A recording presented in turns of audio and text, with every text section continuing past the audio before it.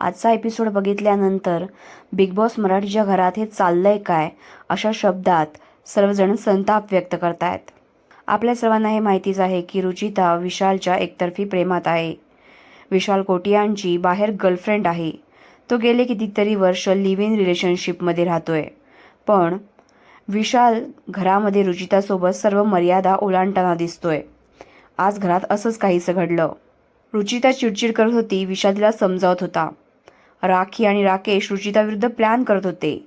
रुचिता आणि विशाल बोलत असतानाच विशाल मध्येच रुचिताला म्हणाला, माझे ओठ किती सेक्सी दिसतायत, किस नाही केलं बरेच दिवस. पुढे रुचिता विशालला म्हणाली, मला फक्त एवढंच म्हणायचंय, माझ्या आईवडिलांना नाही आवडणार. मी जेव्हा तुला बोलेन शांत बस तेव्हा तू नको बोलूस. हेच मला तुला समजवायचं आहे. कारण एक्सपेक्टर्सपर्यंत मी कशी तरी हँडल करेन.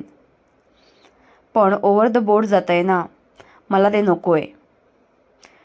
अनुश्री देखील रुचिताला समजावते. दुसऱ्या दिवशी राकेश रुचिताला आपल्या बाजूने करण्याचा प्रयत्न करतो. पण रुचिता मला विशालच्या विरुद्ध जाता येणार नाही असं म्हणते.